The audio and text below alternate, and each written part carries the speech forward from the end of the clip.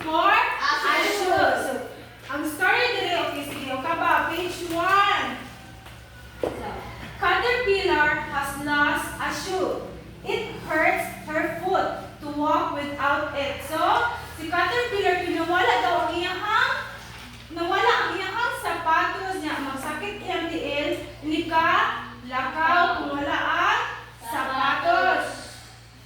So, Caterpillar goes to Spider. Dinaan na siya ni Spider. May I borrow a shoe from you, Spider? Namunta na siya ni Spider. But, Spider's shoe is too small. So, kinsa gani iyang video class? Spider. Spider. Kaya nga nang video na siya ni Spider, kahit i-borrow man siya o sapatos. So, Caterpillar is sad without her shoe. So, she goes to Frog. So, nidoon siya ni Frog and then ni Ana siya. May I borrow a shoe from you, Frog? Ni Ana siya. But, Frog's shoe is too big. So, kakinsa ganay shoe ang nangdako? Kang Frog. So, wala siya kapwang sapatos ni Frog. Okay? Dako man ang shoe ni Frog. So, nidoon na sad siya. She goes to Grasshopper. Then, nidoon siya ni Grasshopper. May I borrow a shoe from you, Grasshopper? Ni Ana siya. But, Grasshopper's shoe is too scratchy. Ano sabi na scratchy? Scratchy is katol. Katol daw niya ang shoe ni Grasshopper. Kailan mo? Pakita na ba mo ni Grasshopper? Kailan mo ni Grasshopper? Kato ko ning green sa sagbut. Kato makita na ko sa kato sa kasagbutan. Mo to si Grasshopper. Mo to gidoon ni Caterpillar. So, kay wala na siya kahuwang ni Grasshopper, ni ato siya ni Crab. So, she goes to Crab. Yan, ano siya, may I borrow a shoe from you, Crab? Ana siya, namuha na siya ni Crab. But Crab's shoe are used for digging. So, para ang sa gani ang kanang sapatos ni Crab? For use digging. Yes, for digging or for ay kanang bangag. Para bangag daw. Dayon, Caterpillar is too tired to search anymore.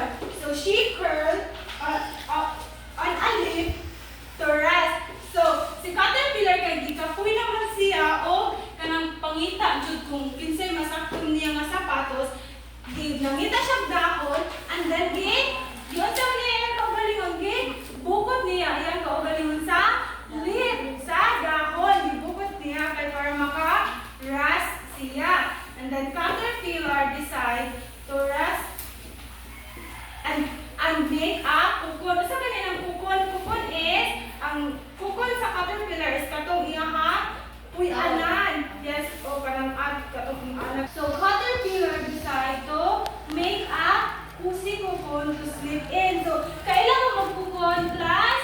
So, pinagkukon natin na sa inyo ha. Dinapod ko diri kukon. Ano siya ang forma sa kukon. Ano ang kukon.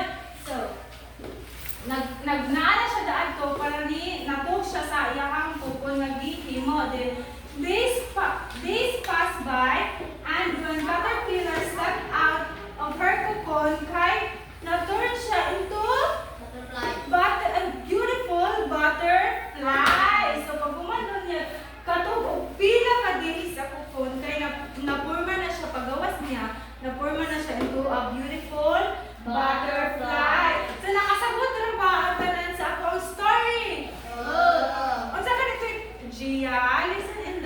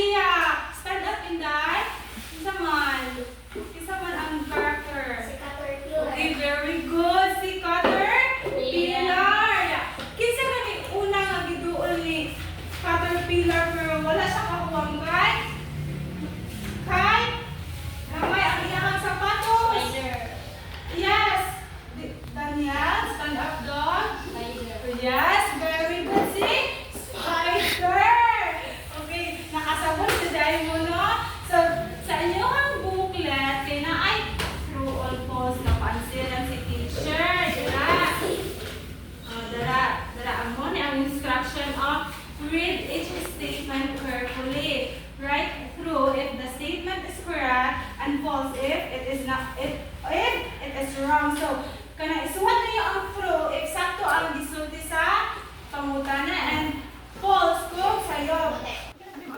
Okay, mag-start ng answer ha, mag-hino. Sa man be, dali mag-start mag-write ka, mag-write. Come on. Write ka to. Si teacher kay ilahan na nag-read ang questions and then i-write ninyo sa inyong handbook ang answer if true ba siya or false. Hindi ka magbasa ni teacher. And so listen carefully ha. So, ang first questions is the caterpillar keep looking for a shoe even if when it is face difficulties. So, unsa man ni? True or false? Si caterpillar daw kay nang nagsige po siya pangita og shoe bisan pag nagkalisod na siya. So, unsa ka na? True ba no or false? Uy, write ninyo sa inyo ha? Handbook. Okay, and number 2. Like the caterpillar, we should give up easily when we face problems. So, pareha ba gusto mo ni caterpillar? Unsa man to si caterpillar? Give up ba to siya og dali kay wala siya kakita og shoe or ni nangita ko ako ni siya? Sige, write ninyo sa inyong handbook.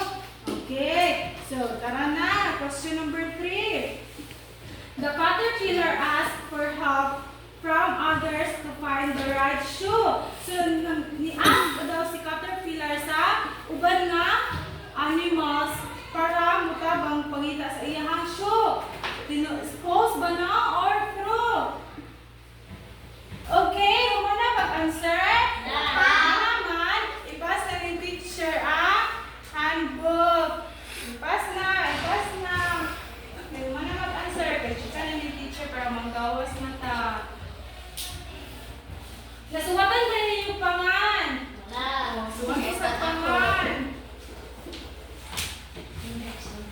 Okay, humana? Okay. Oh, ipas na, B. Thank you, B. Oh, ibutan dira ang pangan.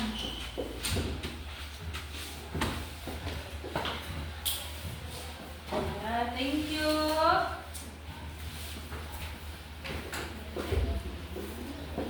Thank you.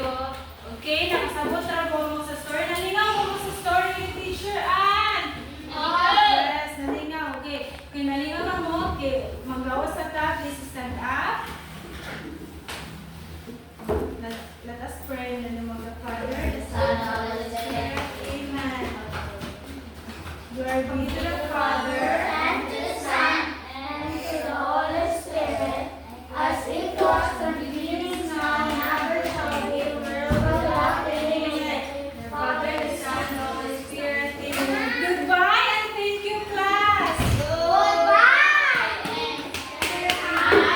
So, kaya i-participate mo ni Teacher Ann na nakasabot mo lang sa story na ay ihatag mo premium si Teacher Ann and niyo kay mga butan man mo. Tara. Welcome. Tara, imubi. Bye. Ang mo.